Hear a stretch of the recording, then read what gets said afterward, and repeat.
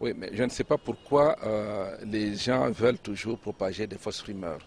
Il n'y a jamais eu de contact entre le TP Mazembe et l'entraîneur Florent Ibenge. Aucun contact. Et s'il y a des contacts entre nous et lui, c'est tout simplement par rapport aux joueurs de Mazembe qu'il utilise dans l'équipe nationale. Si je vous dis que Ibenge n'a pas mon numéro de téléphone et que moi je n'ai pas son numéro de téléphone, là je vous mens. C'est un entraîneur de l'équipe nationale, c'est tout à fait normal qu'il ait des contacts avec les équipes qui doivent lui donner ses joueurs et qu'il demande un peu comment ils évoluent. Et c'est d'ailleurs, c'est dans ce cadre même qu'il a dû repêcher Kimwaki parce que vous savez qu'avant la CAN, Kimwaki est parmi les derniers joueurs repêchés. C'est parce qu'il a demandé au club les dernières nouvelles de ce joueur. Mais en dehors de cela, c'est un entraîneur que nous respectons très très fort. Il a fait des merveilles dans ce pays. Il est allé jusqu'en demi-finale, en finale de la Champions League. Une finale que 20 clubs auraient pu gagner, n'eût été ce traumatisme qu'on a créé au sein des joueurs des 20 clubs pour rien. Il est allé jusqu'en demi-finale pratiquement de la CAN.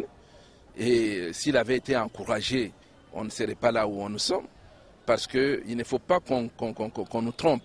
Quand un entraîneur étranger arrive, et avant même de mettre ses pieds à Kinshasa, le contrat est déjà prêt.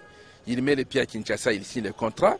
Et avant de convoquer la première séance d'entraînement, son compte est déjà crédité de 3 mois de salaire. Et puis il ne fout rien. Entre 1998, avec le Prof Tunda, et aujourd'hui, avec Florent Ibenge, on n'a eu que des touristes. Ça, il ne faut pas se voiler la face. Alors maintenant qu'on a un fils du pays qui est capable d'aller plus loin, je crois qu'il faut le respecter. Au lieu qu'on paye son salaire, on va donner des informations selon lesquelles il est sollicité par le TP Mazembe. Je demande de la manière la plus forte qu'il n'y a aucun contact entre le TP Mazembe et Florent Ibenge en cette matière-là. Et il n'a jamais été question que Florent puisse venir à Mazembe pour quoi que ce soit. Il en est de même des joueurs. Vous vous rappelez, peu avant, on disait que Mazembe avait déjà contacté, les joueurs allaient signer chez Mazembe, ainsi de suite. Et j'ai démenti, vous de la presse, vous n'avez pas relayé cette information-là, qu'il n'y avait pas de contact entre le TP Mazembe et les joueurs de 20 clubs. Parce que si nous avons besoin de joueurs, nous allons nous adresser d'abord au comité de 20 clubs, le général, le secrétaire général Patrick Banichai. Ce sont des gens qui savent comment on peut transférer un joueur, et Mazembe aussi.